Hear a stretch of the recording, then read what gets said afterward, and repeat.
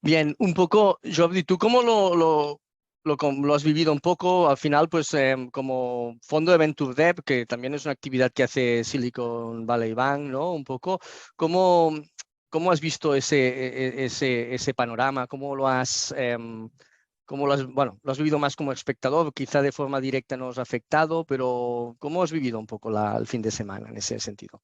Sí, exactamente.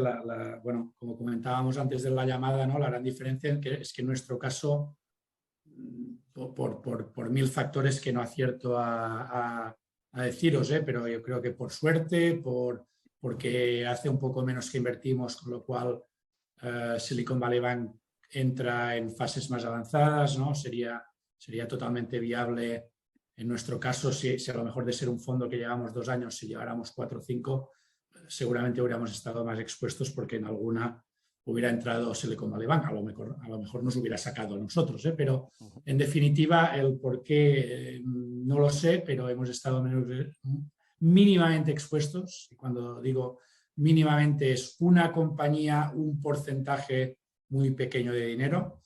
Aún así, también tengo que decirte, y estoy de acuerdo con Philip, siendo objetivo, se podía intuir que esto pintaba crisis de liquidez, que si se ponían pues, los cortafuegos adecuados, pues no tenía necesariamente que saltar a una de solvencia, básicamente porque los activos eran mayores que los pasivos, y si no se deterioraban mucho estos activos, que al final esto se soluciona yendo a vencimiento de estos bonos, o sea que al final es alguien que sea capaz de aguantar este gap de liquidez, pues que puede ser un banco más grande o que puede ser la Fed o quien toque, pero yo creo que a pesar que mucha gente que sigue la tesis de la escuela austríaca, y yo puedo comprar muchos de esos argumentos de los principales economistas de turno, que se guían por esa escuela, hombre, yo creo que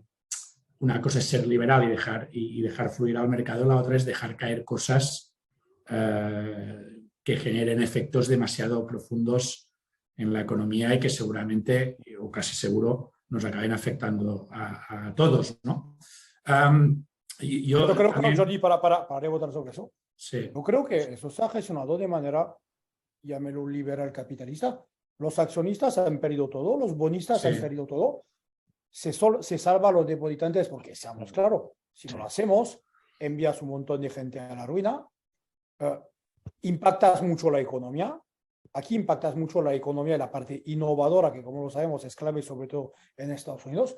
Quiero decir, en 2008, yo hablo de la crisis americana, no de la parte española, se salvaron muchos bancos con dinero público, sí, aunque años después se recuperó más que este dinero, así que en realidad fue una buena inversión, pero ahí se salvó los bancos, incluido accionistas, incluido bonistas, incluido ejecutivos.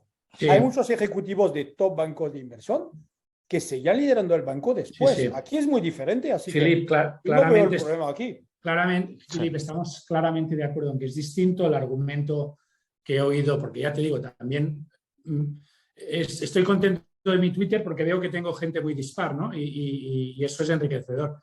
El gran argumento que he oído, y no me parece descabellado, por eso lo digo, es que, bueno, pues al final, y hay, lo que os quería decir antes, escuchándoos, ¿no? Es que hay varias paradojas, ¿no? Una de ellas es que la Fed, intentando contener la inflación, sube los tipos, eso acaba derivando en una baja de precios de los bonos que muchos bancos tienen como inversión para dar rendimiento a sus clientes, y esto a su vez hace que finalmente se enfríe la economía y ahora parece que se descuenta, ¿no? Pues que mañana tendremos, en vez de la subida del 50% que el viernes nos daban, pues tengamos una del 0 o del 25%, ¿no? Entonces, es un poco paradójico, y lo que se argumenta desde esta visión ultraliberal, lo podríamos llamar, o más cripto bro también, como decía Samuel antes, es que sin duda al final se trata de saber a quién se va a repercutir eso, ¿no? Y si bien es cierto que hay un primer plan, que justo estaba leyendo ayer y hoy,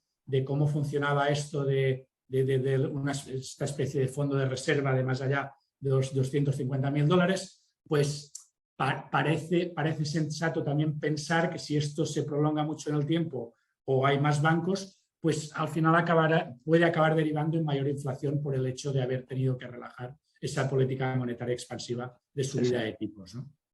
A mí me gustaría puntualizar sobre una cosa, ¿no? Creo que hay dos cosas que los ejecutivos del Silicon Valley Bank hicieron mal y que no hemos destacado. Una es, fueron avariciosos en el sentido de que intentaron maximizar, ¿no? Como decía Philip, el spread, ¿no? O sea, se fueron a comprar el producto que más rentabilidad les daba y que a su vez era el más difícil de cubrirse, ¿no? O imposible de cubrirse contra el riesgo de tipo de interés. Si hubieran sido más prudentes, ¿no? Podrían haber comprado bonos con madurez, ¿no? más cortas y el problema habría sido mucho menor. Y otro error que he leído hace un ratito que cometieron es que cuando el agujero empezó a aflorar y hicieron la ampliación de capital, fueron muy tímidos, ¿no? Creo que perdieron 1,8 billions y fueron a levantar 2,5 billions. Cuando estás en un tema de estos de crisis de confianza, tenían que haber levantado, no sé, me lo invento, 10 billions. O sea, tienes que dar el mega golpe en la mesa para decir al mercado, no, esto es sólido, va a ser sólido. Mientras que los tíos fueron ahí a levantar el mínimo capital posible. Es también difícil, ¿eh? Porque si levantas mucho, seguro. Lo que está diciendo es, el agujero es grande. Claro. ¿Sabes? Si es difícil encontrar el equilibrio, porque a más grande el capital que levantas, más agujero tienes, entre comillas. Pero la gente sabe el agujero que tienes, ¿no? Quiero decir, en el momento que ya la gente pone el foco en tu balance, ¿no? Ya sabe lo que hay. Pero lo que no es buen punto, pero lo que no se sabe, y tienes razón en el sentido es que al final dices, tengo un agujero de 2.000 millones, levantó 2.500 millones. Lo que no sabes es si los depositores van a seguir quitando pasta. Claro. Porque si dejan de quitar pasta, con tus 2,5 estás bien. Estoy de acuerdo que de un lado deberías coger más, pero si coges más estás diciendo, de cierta manera, el agujero que tengo es más del que realmente públicamente he reconocido. Así que es un equilibrio, es un poco un juego de equilibrista que es complicado, ¿eh? Claro, y ahí entra justo la otra parte que creo que es súper interesante, ¿no? De teoría de juegos, ¿no? Que es, mucha gente culpa a Peter Thiel y a otros VCs, ¿no? De haber desencadenado el pánico, ¿no? Pero es que si tú haces pura teoría de juegos, ¿no? Cuando se descubre el pastel, es el prisionero, el dilema del prisionero, ¿no? Y la única decisión inteligente que puedes tomar es sacar tu dinero de ahí, porque no tienes nada que ganar y todo que perder, ¿no? Entonces, en cuanto pienses que alguien es, ¿no? Pensamiento de segundo orden, si piensas que alguien va a pensar ¿no? que va a haber un bank run, tienes que moverte, con lo cual al final es una profecía autocumplida. Correcto, yo estoy de acuerdo con la primera y la tercera, Samuel, o sea, la primera respecto a los directivos y la tercera respecto a la profecía autocumplida. La segunda es un buen punto.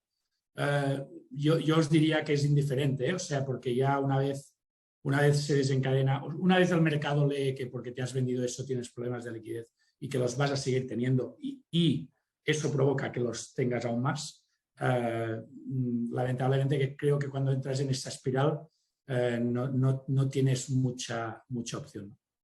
Bien, un poco depositarios salvados, comentábamos a accionistas y bonistas en ese sentido perjudicados, con lo cual, pues, bueno, una reacción no como la del 2008, como indicabas, Philip, de salvar de forma masiva a lo que serían las instituciones y a los directivos, es decir, un equilibrio en esa parte.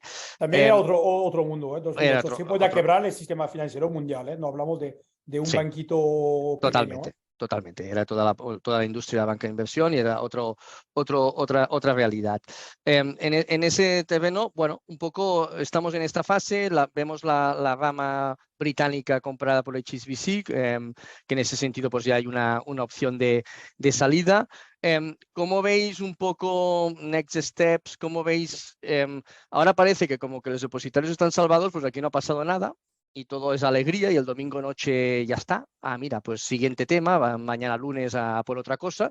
Hombre, este era el banco que financiaba la tecnología en Estados Unidos, ¿no? Ese gap, ¿quién lo va a cubrir? Y cómo veis un poco también el impacto potencial que pueda tener Europa y España, ¿no? Asociado, si hay un poquito de ona expansiva hacia aquí, hacia nuestro sector y ecosistema, o no, o creéis que nos queda muy lejos y que no hay una dirección, una relación muy directa. ¿Cómo veis un poco next steps de la situación que estamos viviendo? Luego, lo que comentamos, pues en ese sentido, el banco que financia las startups desaparece, ¿quién cubre ese gap? ¿Y nosotros qué? ¿En España qué pasa? ¿Cómo va? Entonces, es ¿Quién una se pregunta más anima? para Samuel, eso es una pregunta para inversor más que para emprendedores. Bueno, seguro que hablas tú, Philip, seguro que acabas hablando, ya verás. Pues va, Samuel, ya que te ha No, pasado no, Philip la palabra. no tengo una idea muy clara, por lo que estoy viendo en grupos de WhatsApp, que estoy con inversores americanos y demás, parece que todos están yendo, recurriendo, digo sobre todo para bancarizar sus fondos, ¿vale? Están recurriendo pues a los 4 grandes, a JP Morgan, a Bank of America, etcétera, etcétera, ¿no? Entonces entiendo que es una oportunidad, ¿no?, para estos bancos de ponerse las pilas, aunque no es muy atractivo para ellos, ¿no?, porque no deja de ser una industria enana, ¿no?, para ellos. Claro. Entonces, el que ande más avispado y tenga típico directivo al cual no le da mucha bola, pero que a él le encanta el mundillo de startups y tal, pues tiene oportunidad, yo creo, de crecer un poco. Respecto a contagio Europa, la verdad que no tengo ni idea. A priori no se me ocurre por qué debiera contagiarnos, ¿no? Pero al final vivimos en un mundo que está tan interconectado, ¿no?, de tantas formas, que es difícil muchas veces anticipar, ¿no? Y a lo mejor, pues, justamente ese efecto en los inversores y en las startups de por allí, pues de alguna manera u otra te acaba afectando aquí, ¿no? Porque se enfría el mercado de alguna manera. Entonces, veo más efectos indirectos que directos probablemente, ¿no? Pero no se me ocurre nada muy claro. Bien. ¿Cómo lo veis? Ya veníamos un poco bueno, récords de inversión en 2021, 2022, que eso se está frenando un poco. Quizá ahora es pegarle un golpe más a ese freno que ya venía, bueno, que ya se está un poco produciendo, aunque bueno, poquito de freno, pero muy superiores a los volúmenes de 2019 y 2020, ¿eh? Es decir, que bueno, un freno con ya una tendencia de máximos que veníamos, ¿no? Entonces, ¿cómo lo veis esto, Jordi? Quizá ¿cómo lo estás Y viviendo? yo te lo enfocaré más desde un punto bueno, de startups en general y de Venture Dev, ¿no? Yo Sí, creo que la gran pregunta es si alguien va a querer coger este negocio que hacía Silicon Valley Bank, ¿no? Yo, por claro. un lado, o sea, y a corto y medio plazo, yo creo que el efecto es, efectivamente, muy bien has resumido, se suma allá a la cierta moderación o enfriamiento o calma de ciertos volúmenes de inversión, sobre todo en fases más avanzadas, ¿no? Ahora bien, por otro lado, no quiero tirar de tópicos, pero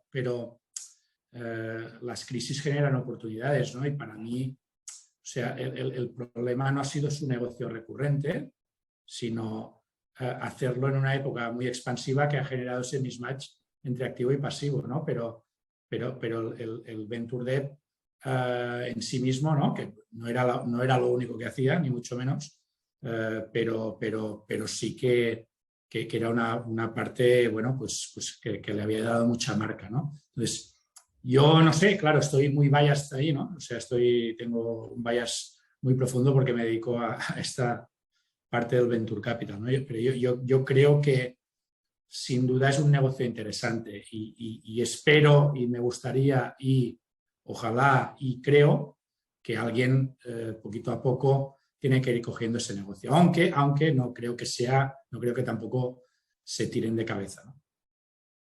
Bien, Sí, si quieres mi opinión, pero tampoco soy oráculo, ¿sabes? Yo creo que primero hay dos cosas. Es EV UK. Yo hablaba con ellos hoy. Ahora es EV UK, es HSBC. Si tú eres cliente de EV UK, no tienes ningún miedo porque ahora eres cliente de uno de los 5 mayores bancos del mundo.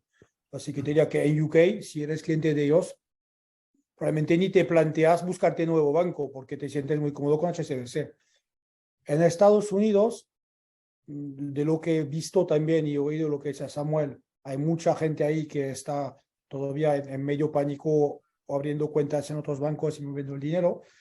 Aún así, yo creo que es un poco una apuesta, pero lo va a acabar comprando otro banco y será un banco grande. Eso es lo único que me sorprendió un poco. Yo apostaba que el lunes por la mañana nos iba a decir que JP Morgan lo había comprado. Pero también no me sorprendería que el regulador haya puesto un poco el freno, sí, porque no me sorprendería de que de que piense que sea capaz de venderlo algo más que $1 simbólico. Pero me puedo equivocar. Pero la franquicia es una buena franquicia, es una franquicia muy, muy especializada. Quiero decir, no es Bank of America mañana que te va a hacer lo que hace Silicon Valley Bank. Así, mi opinión es que en algún momento alguien lo va a comprarlo, pero no puede durar demasiado porque si no, no quedarán realmente muchos clientes. Así que veremos, honestamente, veremos, pero yo creo que al fin y al cabo el mercado se ha hundido desde hace meses por los temas que sabemos, subida de tipos y de liquidez y todo eso. Que Silicon Valley Bank tenga los problemas que tiene ahora, yo creo que es una especie de gota en el océano. Ninguna empresa ha perdido pasta, ningún VC ha perdido pasta, así que al final no creo que vaya a tener tanto impacto en el ecosistema. Probablemente que habrá menos venture debt a corto plazo en Estados Unidos en particular, pues sí, y en UK también, porque probablemente que SVB UK durante 3 meses no va a dar venture debt a nadie, pues probablemente, pero creo que al final y al cabo el impacto en el ecosistema en UK o en Estados Unidos no va a ser tan grande porque estamos saliendo muy ilesos de eso, gracias al regulador y a la actuación durante el fin de semana, así que un gran susto y creo poco más.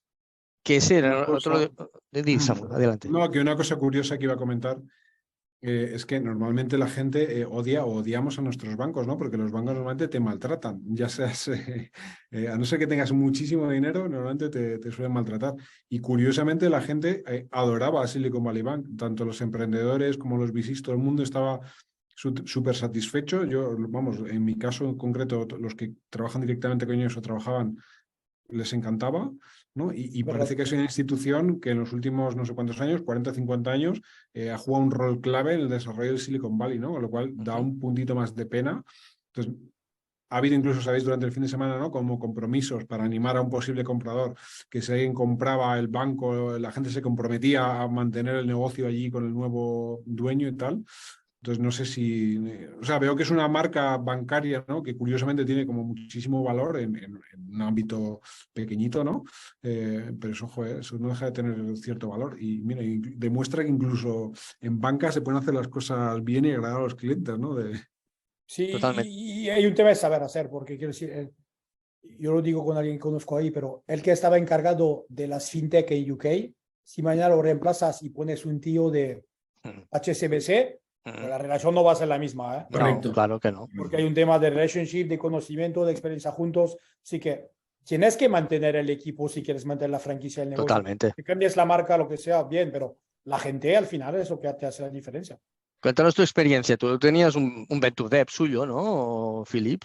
Y un poco cómo había, ¿no? Un Venture Debt en un momento que fue interesante, que tuvisteis una buena condición ahí. Cuéntanos un poco esa relación que teníais con ellos y con esa persona. Bueno, Tu lo que dice experiencia. Samuel, al final conocimos mucha gente ahí, incluido el CEO de SVB UK, que se movió a Estados Unidos a ser CEO del banco.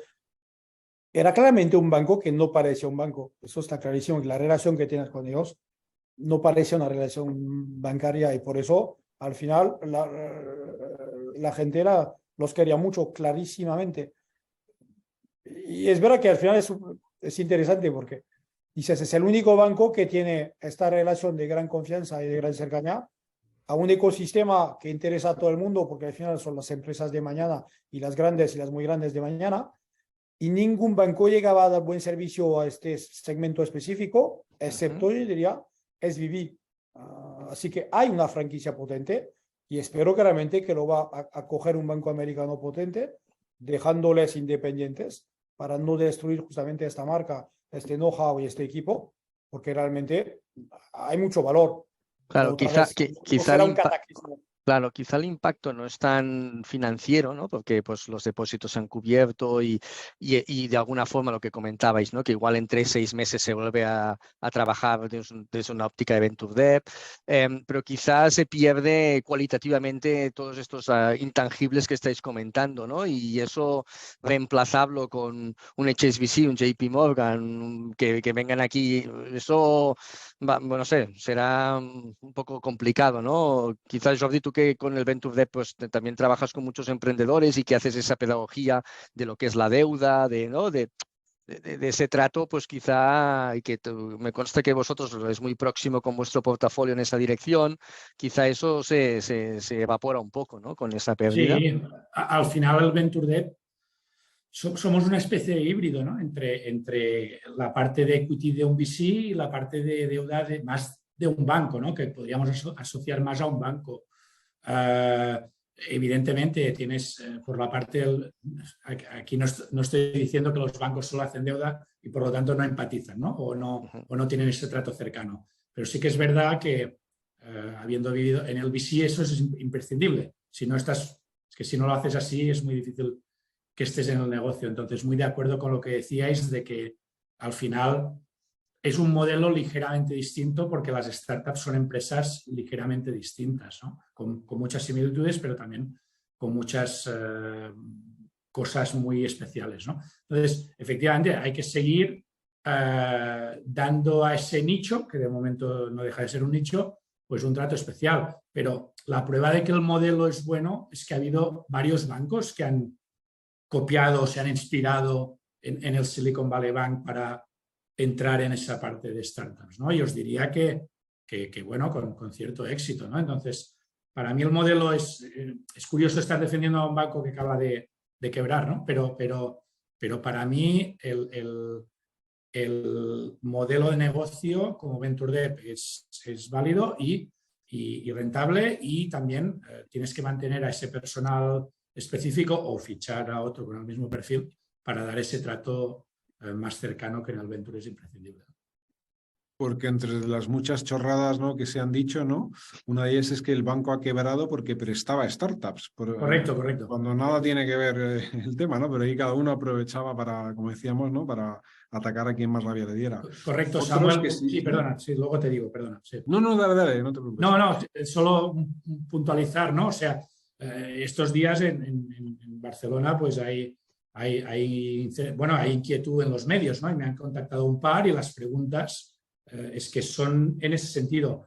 ¿Qué ha pasado con la crisis de startups del banco de las startups? ¿Qué ha fallado en el modelo de las startups? ¿No? Y yo, es que no, la explicación no va por ahí. Es un tema bancario, de gestión de tesorería, y simplemente como inciso, ¿no? Porque es curioso sobre nosotros, claro, estamos súper metidos en esto y creo que intentamos filtrar y filtramos bien, pero es que hay un montón de desconocimiento, ¿no? O sea, solo es puntualizar este Totalmente. Otro de los debates que aparecía un poco el fin de semana era, pues bueno, ante algunas quiebras y algunos exchanges de cripto, ¿no? Es decir, bueno, pues había un poco... Ya vamos al bullshit ya. Ya vamos a acabar de incendiar el tema. Esto siempre hacemos un crescendo y luego, Felipe, lo rematamos así. Bien, esto ya se pone en este terreno. Había un poco bueno, la icona o el meme de Elon Musk, ¿no?, que decía, oye, pues las criptos son un scam, pero los bancos son un scam y ¿qué hacemos, no? Es decir, había un poco ese doble debate, ¿no? Tú aquí, Felipe, eras muy contundente, ¿no? Eras muy contundente de decir, vaya, a mí no me comparéis un exchange que no está regulado, que tal, con una cosa bien estructurada como es un banco y poco... Comenta un poco esta parte, Philip, que eras quizá el más crítico, había habido, pues bueno, de hecho, en una de estas discusiones que tuviste por Twitter, o debates, no más que discusiones, es donde se me ocurrió el debate, se me ocurrió el webinar, gracias a ti. Digo, hostia, vamos a hacer un webinar y ya rápidamente. Y cuando me dijiste que el jueves viajabas, digo, es igual, lo hacemos el martes, porque es que esto lo hemos de hacer, esto. Siempre trato de hacerlo con cariño, aunque a veces me puteo un poco. A ver... Sí. ¿Qué diferencia hay que quiebre un exchange de cripto con que quiebre Silicon Valley Bank? Yo creo que primero va más allá que eso.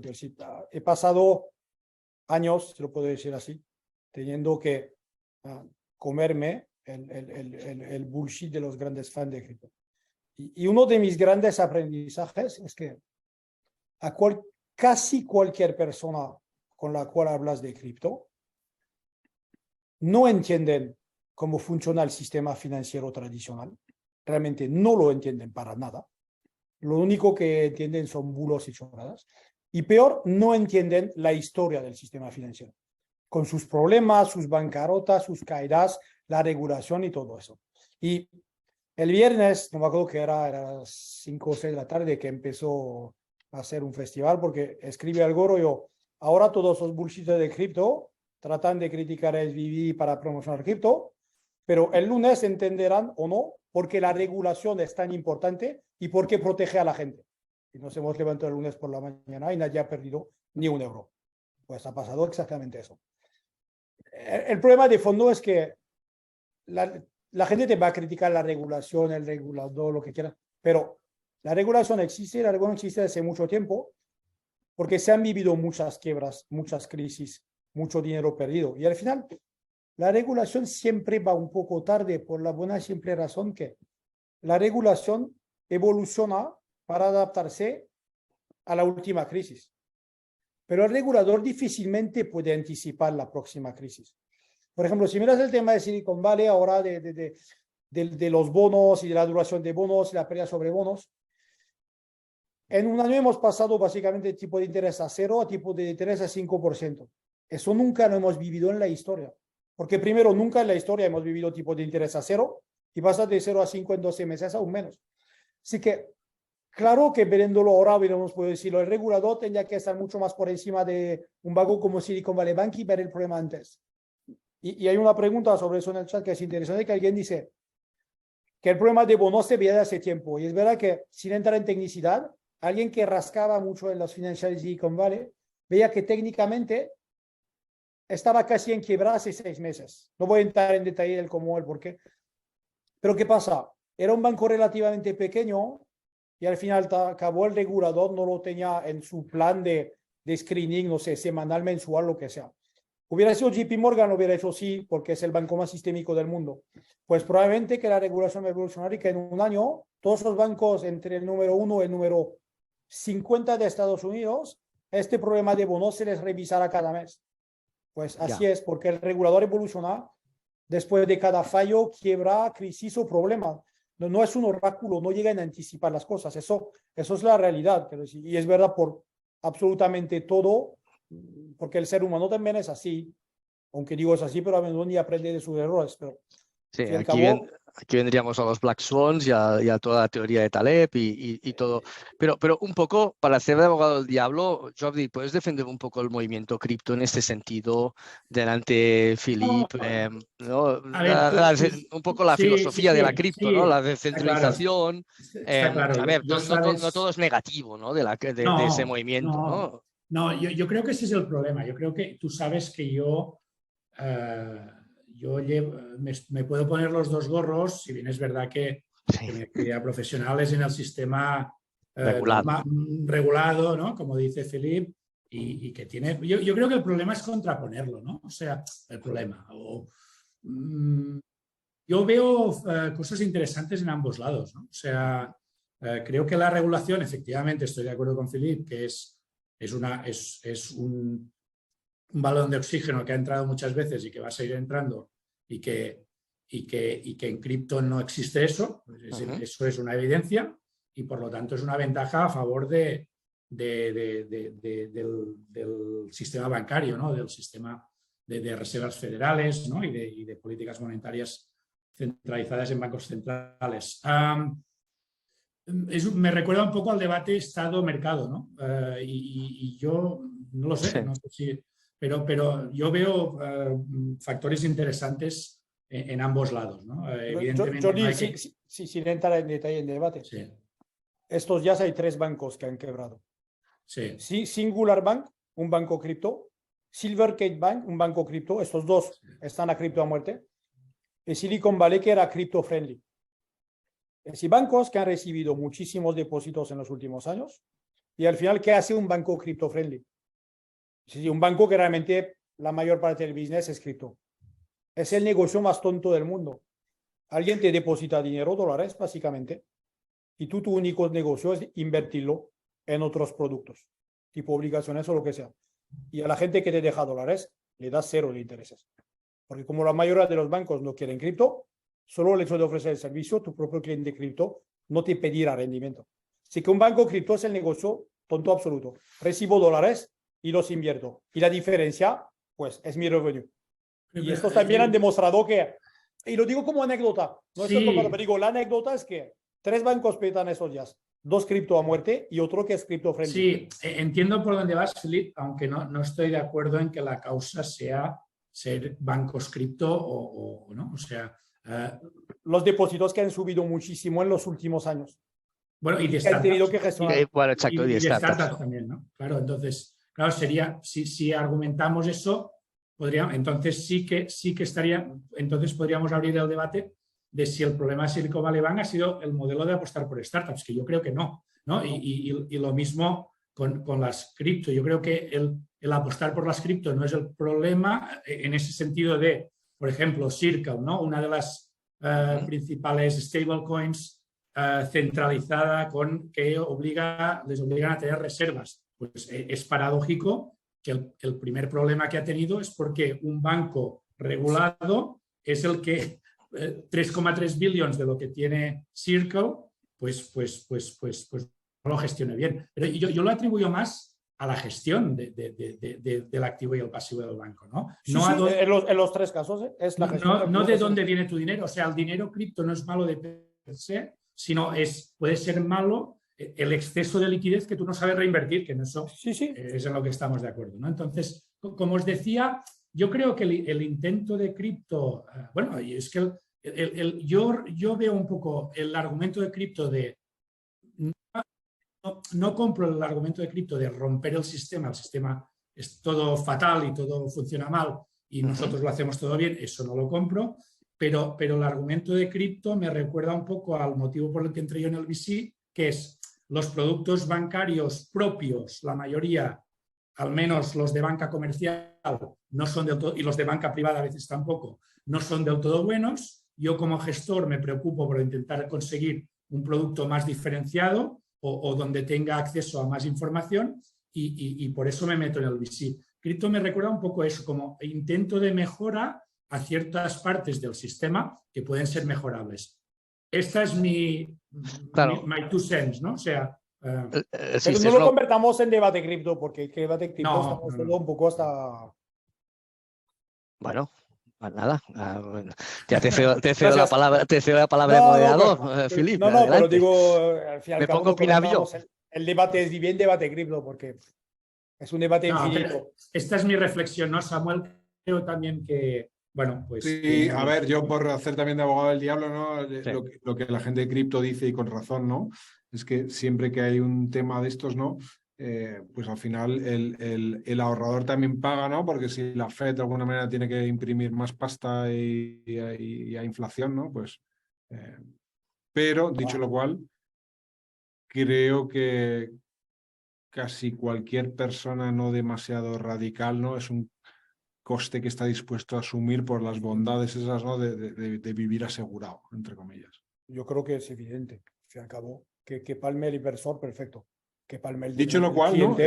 Yo creo que es también bastante razonable tener algo, porque hasta ahora el regulador se ha comportado bien, ¿no? Pero ¿y si no lo hubieran hecho, ¿no? Entonces, tener un poco de cripto como hedge ante ¿no? colapso gordo porque de repente dicen, no, se acabó la fiesta, tal, me parece bastante razonable también, sinceramente.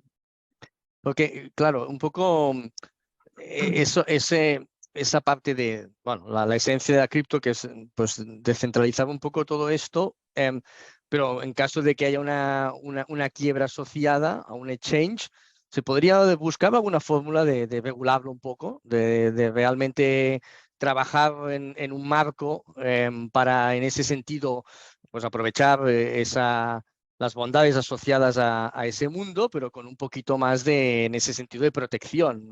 ¿Cómo se podría articular? A ver, la versión más light de cripto, ¿no? Tal y como yo lo veo, que es un poco más el mundo más DeFi, ¿no? Es, oye, vamos a construir un banco que está automatizado al máximo posible, de modo que la operativa sea muy barata, ¿no? Y bueno, y luego además la parte, ¿no? de incensurable, cualquiera puede tener acceso, bla, bla, bla. Pero esa parte juega muy dentro del sistema, ¿no? Y es más un tema casi de eficiencia o de cómo se reparten los revenues, si quieres, ¿no? Hay una especie de revenue share con los propios clientes y tal, ¿no? Yo creo... pero acaba, Samuel. No, te iba a decir que dicho lo cual, eso en la teoría, ¿no? Parece que está muy bien, pero luego cuando lo intentas bajar del todo a la práctica es extremadamente complicado y no acaba de... Es todo muy circular. No lo sé explicar porque ni siquiera lo entiendo del todo bien, ¿no? Pero al menos teóricamente ese alto nivel me suena medio bien. A mí, yo creo que es la dirección que está tomando precisamente, que también se ha criticado, los organismos americanos, ¿no? Se va hacia allí, ¿no? A intentar regular más este mercado. A mí y que no me malinterprete nadie cuando diga experimento, pero como experimento a ciertos nuevos constructos económicos y a ciertas pruebas, como decías tú, Samuel, de DeFi, me parece interesante y me parece que hay conceptos ahí que se pueden usar y que pueden mejorar. Esa es mi percepción, pero no lo compro todo, ¿no? Yo tengo una visión un poco diferente. Está claro. Sí. Yo creo primero que hoy en día hablamos de cripto y todo eso porque después de 2008 hemos pasado el quantitative easing y sin los tipos a cero, cripto ni existiera. Quiero decir, existiría Bitcoin porque el modelo es 2007, pero toda la locura que hemos visto en cripto NFT solo ha existido por el quantitative easing y tipos a cero. Y yo creo que hace todavía un año más o menos, el regulador y el gobierno americano no tenían claro si cripto era la nueva ola de innovación en la cual tenían que subirse, que tenían que promocionar, ayudar y regular. Y yo creo que hoy en día el regulador americano ha llegado a la conclusión que eso es un drama absoluto, que si lo dejan desarrollarse va a ser una bomba un día u otro.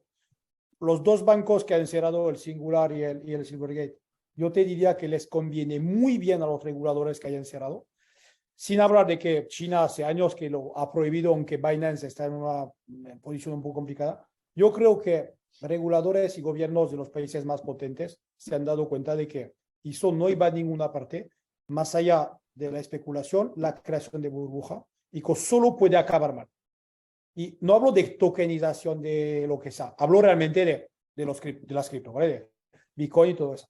Yo creo que los gobiernos han cambiado de chip y yo creo que el gobierno americano va a acelerar pronto y realmente, si no lo prohíbe, lo va a regular de manera tan agresiva que en realidad no va a ir muy lejos. Es una apuesta, pero yo creo que hubo un cambio de chip y muchos no se han dado cuenta. Y perdón, por poco que los tipos se queden alto mucho tiempo, se va a complicar. Sin hablar de que yo pongo mi billetito de que Binance va a acabar como FTX, pero eso es otro debate. Bueno, pues haremos otro webinar porque solo hacemos webinars con vosotros cuando hay grandes desgracias, ¿no? Como el COVID y ahora la caída bueno, pues a la siguiente caída una de estas, nada, otra sesión. Muchas gracias a los tres. Ha sido muy interesante la charla. Realmente pues ha fluido completamente de forma independiente, lo cual pues eso... Bueno, hay que tener mucho nivel en el panel y aquí lo había, ¿no? O sea que muchas gracias a los tres por la flexibilidad, por haber estado presentes hoy con tan poco aviso y nada, hasta la siguiente hecatombe que tengamos, que aquí estaremos. Un placer. Gracias, Jordi. Gracias. Gracias a todos por asistir.